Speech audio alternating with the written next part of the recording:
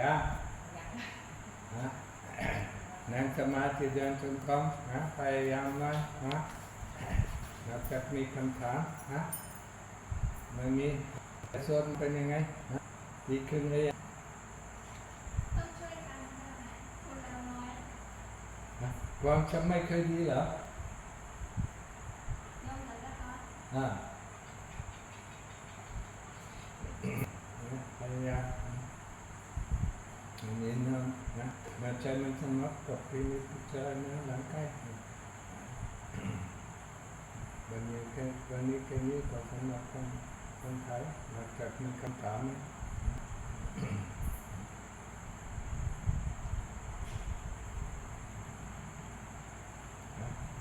จะเดินพยายามร้อนไหมไม่ร้อนที่กุฏิไม่ร้อนเหรอร้อนก็ไม่มากร้อนก็ไม่มากโอเค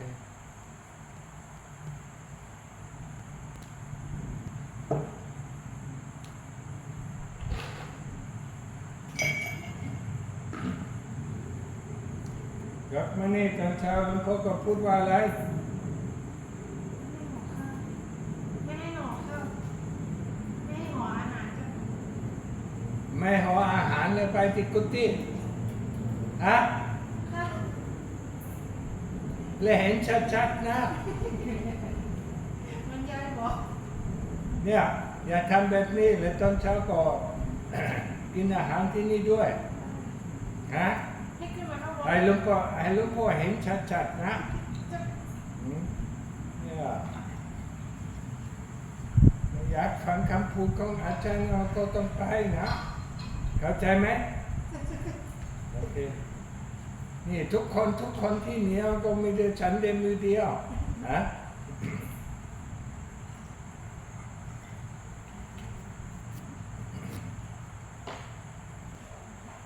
So what we are going to talk about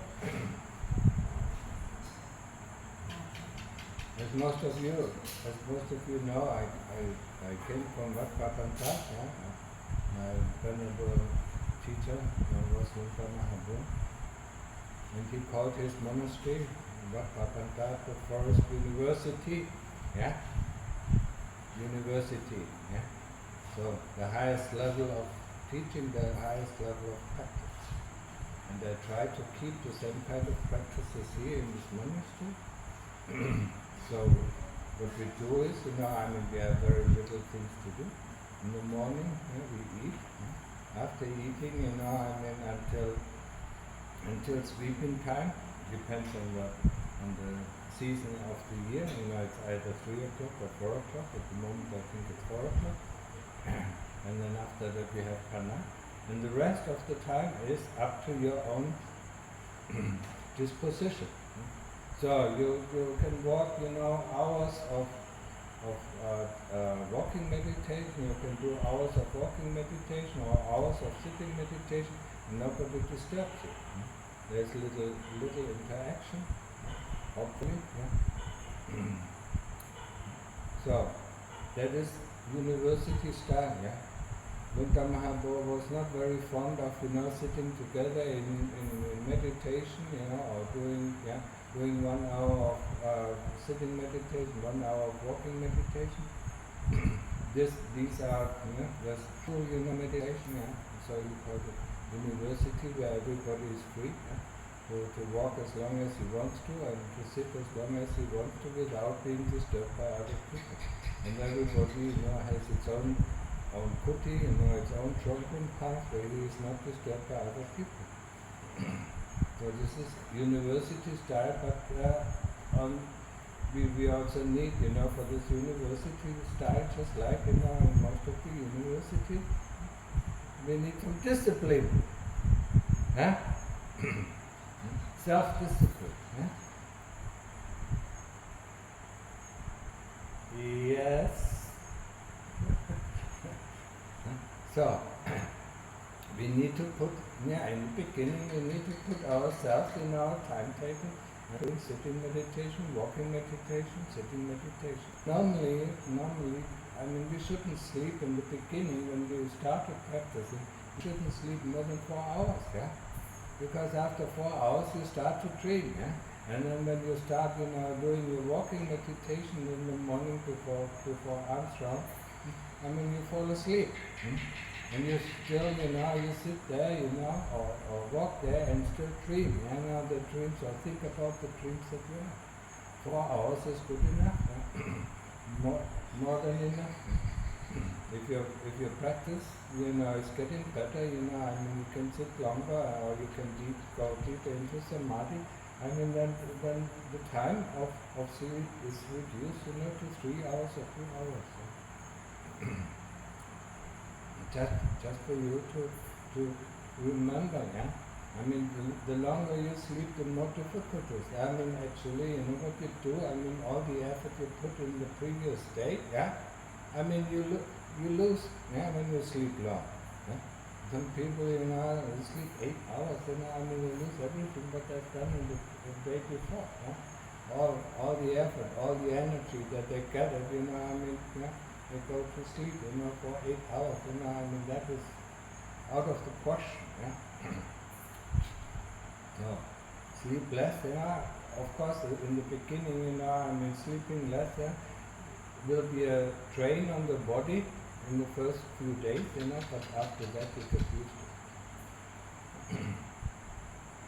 And you will see, the energy that you gather in one day, will eventually add up, the next day and the next day and the next day, and your samadhi can get deeper, your concentration will become better, and hopefully you develop also the sat.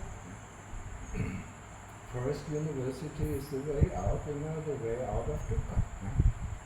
It's the fourth noble truth, sila, samadhi, panya.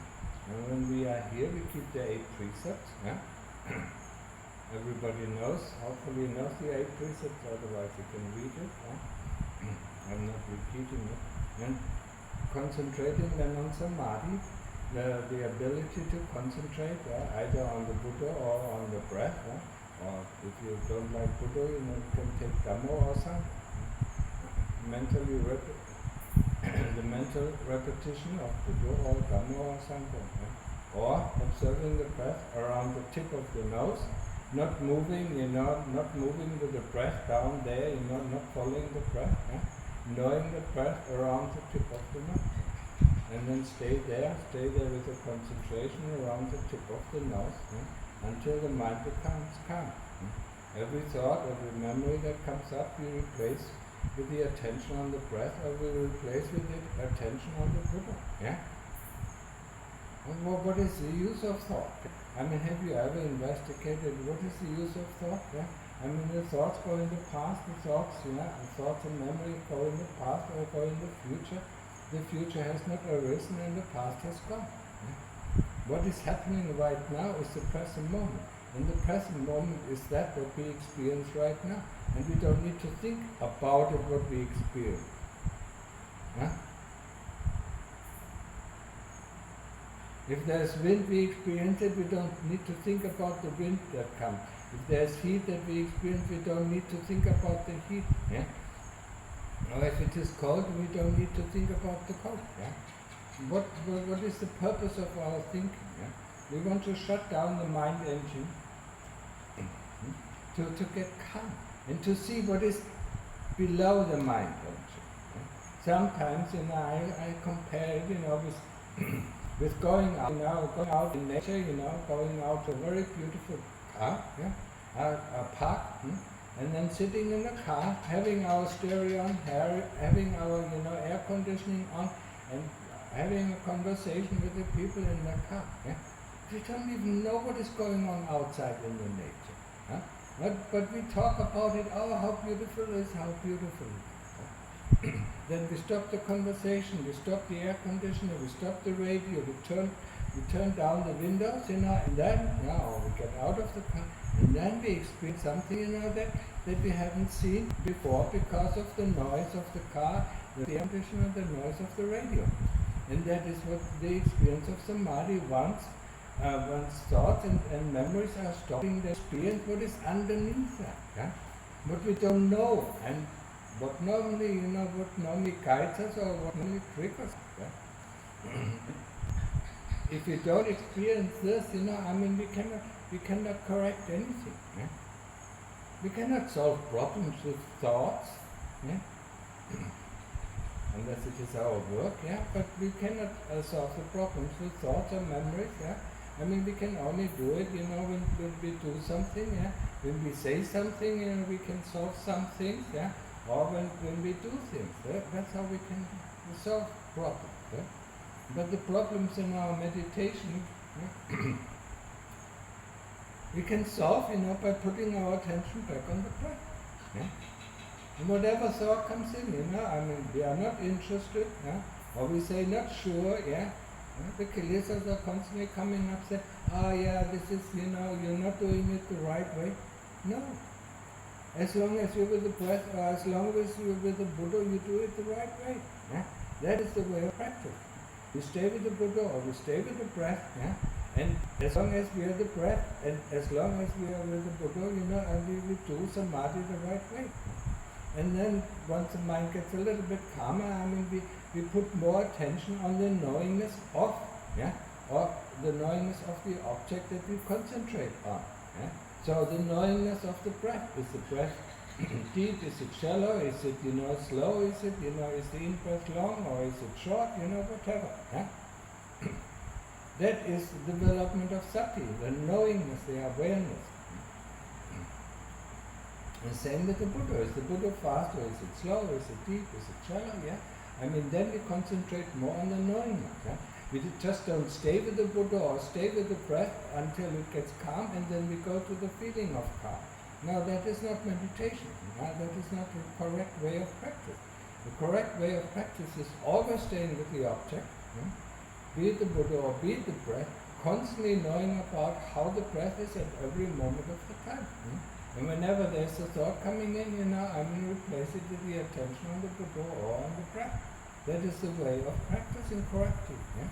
And yeah, if you're practicing correctly, if you stay with the Buddha or if you stay with the breath. Yeah? Everything else, all these thoughts, I'm not sitting correctly, or I should do it like this, or maybe this is wrong, or maybe that is wrong. It's all coming from the kilesas. It has nothing to do with our practice. Huh? Understood? Yeah. Now we practice correctly if we put our attention on the Buddha or on the breath. Once the attention, goes to thoughts or goes to memories, and then we just bring it back. And that is where we need to put our effort in. Because the mind doesn't want to go back. It wants to stay on the thoughts, or it wants to think about why is there this thought, or why is there this memory. No. We see a memory comes up, and then we say there's a memory, and then we go back to the breath. Huh? Or we see a thought coming up, and we say there's a thought, and then we go back to the breath. Huh? That's it. And then if we do that, we get very, very easily calm. Yeah? The thoughts disappear, the memories disappear, and then we are in a state, of calmness or pity, or whatever, of joy, of peacefulness or happiness. Yeah? This arises because of our effort of staying with the breath or with the Buddha. Yeah? It's a side effect. Yeah? It's like, when we dig a hole, the side effect is the hole. Yeah? But if we don't dig, there will be no hole. Yeah? So if we look for a hole, that we digged yesterday, the hole is gone. So we have to dig again. And as long as we dig, there will be a hole. And the longer we dig, yeah, the deeper the hole will be. And that is the same with samadhi. Yeah? The longer we can stay on the Buddha or on the breath, the deeper our samadhi gets. And the calmer our mind is. Yeah?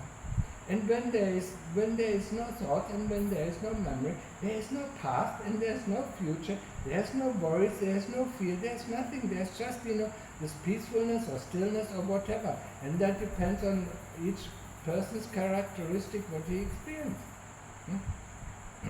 So, that is the concentration. That is the practice of concentration.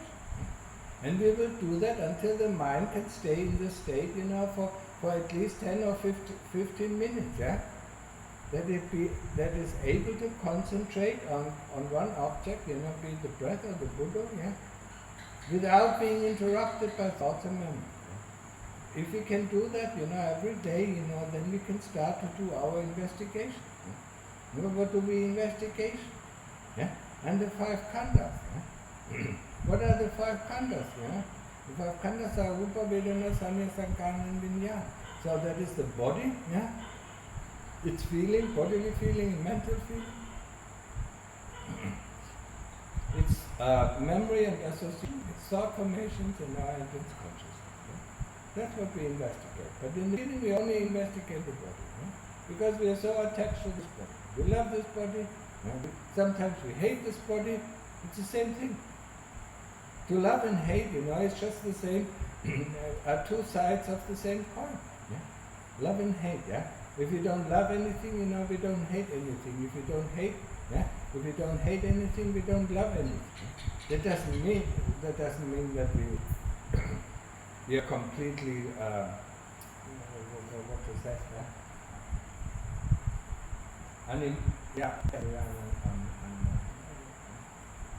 That we don't care about these things. Yeah?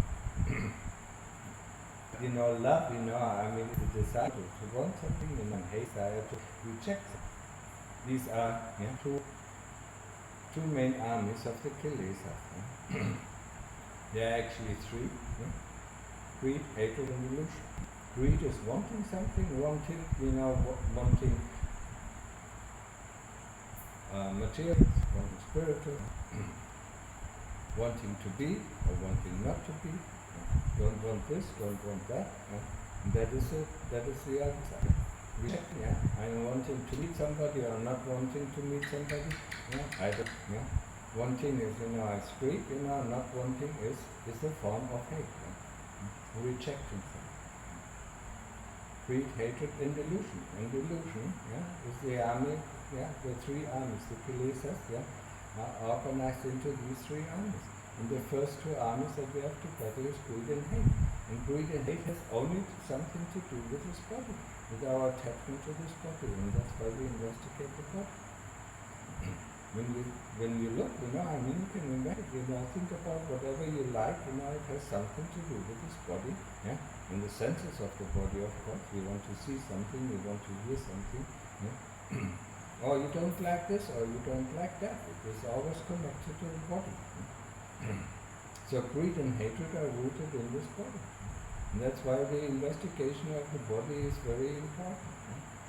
Unless we overcome greed and hate, we cannot really investigate delusion. Because delusion is behind, yeah? It's behind, when you think about it as armies, the 2 front armies are greed and hate. And behind delusion is pushing greed or hatred in front of you. So what you actually see is a form of greed or is a form of hate. Huh? And you cannot tackle delusion until you get rid of greed and hate. And greed and hate, just like greed and hate are rooted in the body, and delusion is rooted in sanya and sankhara, yeah? In memories and thoughts. Yeah? They are combined, intertwined, mixed up, into one form, and that is what we normally call delusion. And the mastermind behind all this is avijja. Yeah? So the first steps, I don't need to talk about it. The first steps is investigating this body. The first foremost step is, seeing that the body and the citta are 2 different things. Yeah?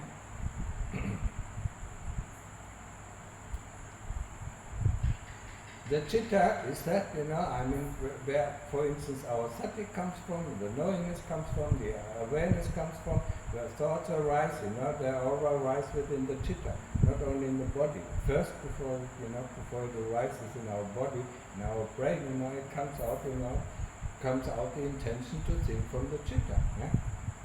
The intention to move comes from the citta. Yeah? And then, we send the information to the brain so that it moves. Yeah? If it doesn't, if there is no intention in the citta, there's nothing. Yeah? That's when we are in samadhi, the body doesn't move. As long as the body moves, the chitta moves. Yeah? That is a very clear sign. Yeah? When the chitta is completely calm, the body does not move. Yeah? The body actually sits quite erect, in a very comfortable position. Yeah? We have to remember this. Yeah? We constantly try, in our meditation to make the perfect seat. Yeah?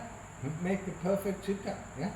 Make the chitta completely calm, and then the body automatically erects itself. Yeah?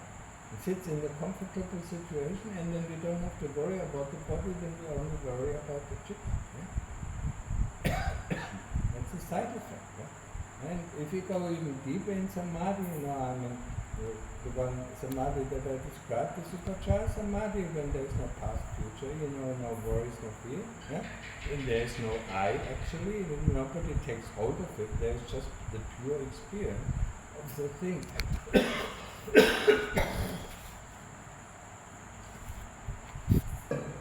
But if you go deeper, once the chitta concentrates, even more, the body starts to disappear, yeah? First the outside of the body, or first the outside of the world, that we don't hear anything, we don't sense anything anymore, until the mind gets completely one-pointed, yeah? When the mind gets completely one-pointed, we have the feeling, or the knowing comes up, and then we observe the breath, yeah? That the breath stops. Yeah? Let the breath stop, and see what is left over. Yeah? Don't worry about it too much. Yeah? And then we can enter one-pointedness. And one-pointedness is the privy of Nibbana. Is that, where we actually, completely disengage from this world or from this universe. Yeah? Whatever is in this universe, we are not part of this universe. At that moment, we are not part of this universe anymore. But we are part of, Nibbana, of the eternity. When we come out, and then we realize, we have a body, and we have, and the kilesas come and are infuriated, wanting this, wanting that, and then we feel like, then we feel the drag, or the power the kilesas have over us. Constantly wanting, constantly not satisfied, being not satisfied with this, being not satisfied with that, wanting this or wanting that. But while we are in samadhi, or while we are in the deep state of samadhi, or what is called appana samadhi, where everything disappears, the universe disappears, there is no wanting. That's why we are happy. You stop wanting and you'll be happy. But we cannot stop wanting, without investigation of what makes us want. What creates this desire and what creates this rejection or the hate. So that's why we have to investigate the five khandhas, and the first khandha is properly dukkha vedana, so it is vedana and bodily vedana. That's what bodily vedana and the body itself. And see that the body and the chitta are two different things. You put the body out, cut it up in bits and pieces and put it in front of you, and look, what is the body? Which part of the body is the body? And what sits here, and watches the body? That what sits here, that knows about the body, cannot be the body. It's the same thing with feeling. Who knows that there is a feeling? Next time, ask the feeling. Do you know you are feeling? Who puts a label on the feeling? And says this is a feeling, this is a thought, this is a memory. It's not the memory that comes up, hey, hello, I am a memory. Or I am a feeling, or I am a good feeling, I am a bad feeling, I am a neutral feeling. No. There's something that knows, and that is what is called the chitta, or what really, when we are calm, we call it sati, awareness, awareness of what is going on. Subject and object, The subject is not the object, so the feeling that we experience, cannot be, the one who experiences it, The feeling is the feeling, and the one who knows about the feeling, Just like one who knows about the thought, or knows about memory. That's where we use the principle of anatta. Whatever we can experience, whatever we can see, cannot be me. It's not me, it's not mine, it's not myself. That's what the Lord Buddha said. Anatta. Whatever I can see, whatever I can feel, whatever I can experience, whatever there is a thought. That's why we say there is a thought, there is a memory, there is a body. Yeah? It's not me, I am the body, because you cannot investigate a feeling if you say I am the feeling. Huh? Or I am sick. Over. End of investigation. Huh? When you say there is sickness, then we can investigate sickness. Huh? When we say I feel bad, then it's over. No investigation possible. Or I'm this body, no investigation possible. So we have to put out the body and see. There's a body. Let's have a look. Yeah. Or let's cut it up and see what kind of part of the body is actually the body. Is the brain the body? Is the heart the body? Is the lungs the body? What is it? Yeah. Is the tissue the body? Is the bone the body? Yeah. To understand. Yeah. That there is somebody inside, yeah. That's why I sometimes also call it, the biological robot, yeah. I mean, where somebody is using this, yeah, or the car, yes, the driver of the car. The car is the car and the driver is the driver, yeah. When the driver falls asleep, the car doesn't move. When the cheetah falls asleep, when the cheetah goes into samadhi, the body does not move. Yeah? It's the driver of the body. The body is, it's a little bit more than a car. It can do much more than a car, so that's why I call it biological robot. But somebody has to program this robot, and we do that when we are born. Huh? How long did it take you, to be able to move this body? Huh?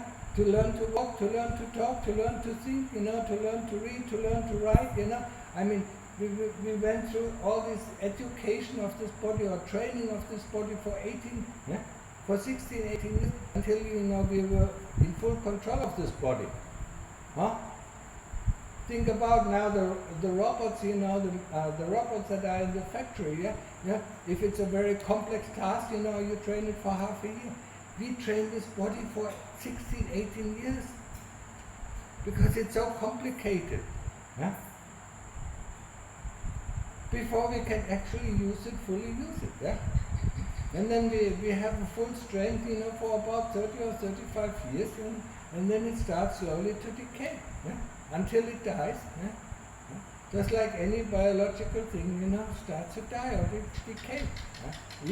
Even mechanical things, start to, not to work anymore and get scrapped. Yeah?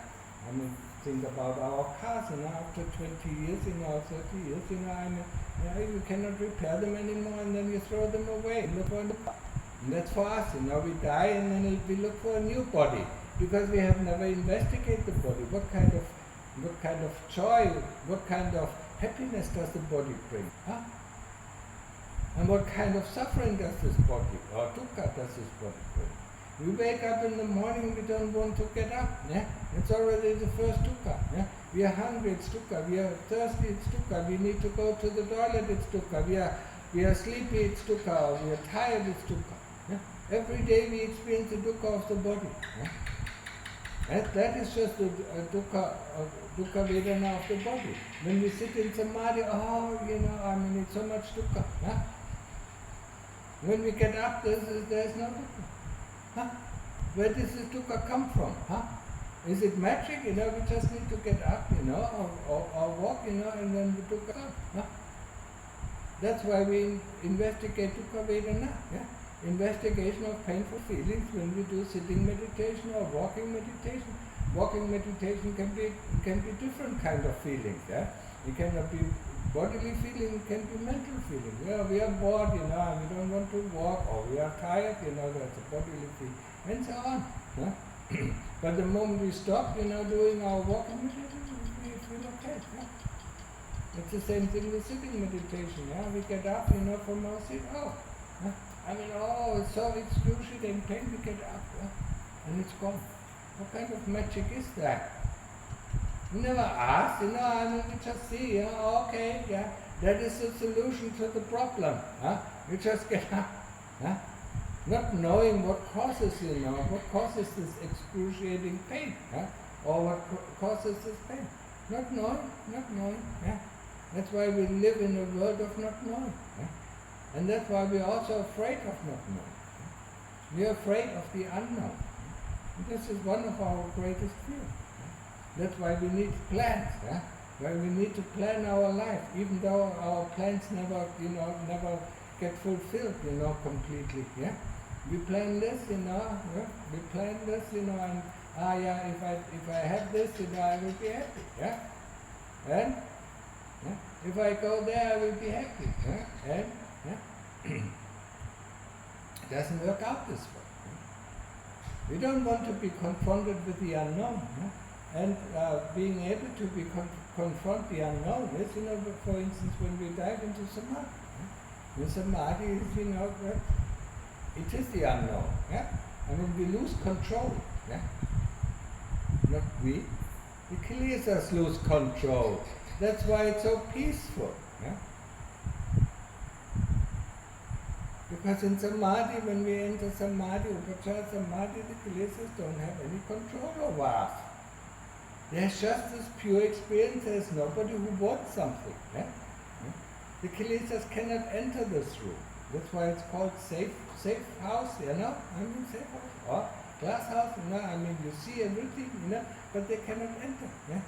Because they don't know how to open the door. Only we know how to open the door. Yeah? We can go, and we can take a break from the kilesas. When we go out, they grab hold of us. Yeah? And then they desire this and they desire that, they don't like this and they don't like that. Okay, understood?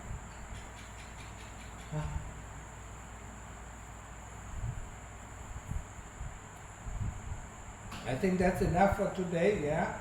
So, do you have any questions? You can ask them now.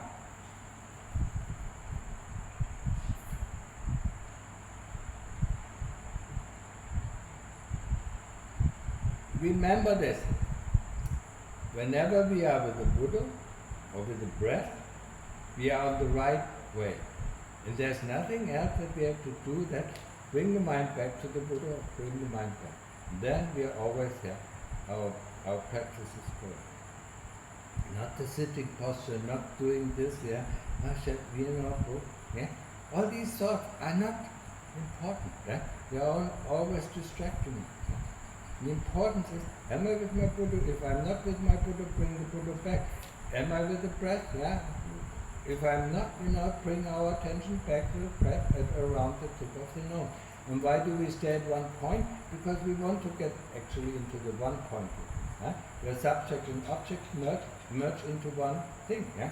That's what I was talking about. Is when the universe, because the universe is duality.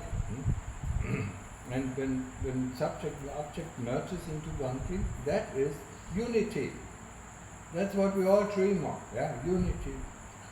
We always, we always feel alone, yeah, and that makes us do a lot of things, yeah, not to be alone. But whatever we do in the world, we're still alone. But the way, not to be alone is either go into samadhi or then, go even deeper into apana samadhi. Okay, so. If there are no questions here now, then we can end.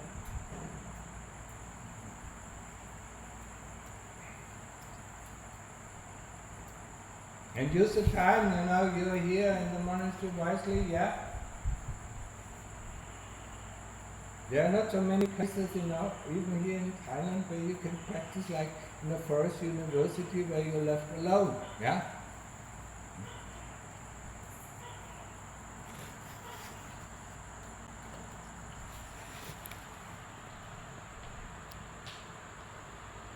What is the name from Singapore? What is your name? Supir. Huh? Supir. Su alai? Supir. Supir. You have to write it out. Just like Thai names. Just by hearing you don't remember. You okay here? Huh? You have taken part in the retreat that I gave in Singapore? No. No. But you saw me or what? No, I didn't see you. It's a long story how I came here. It's a long story. Okay, don't worry about it. I'm only interested in short stories.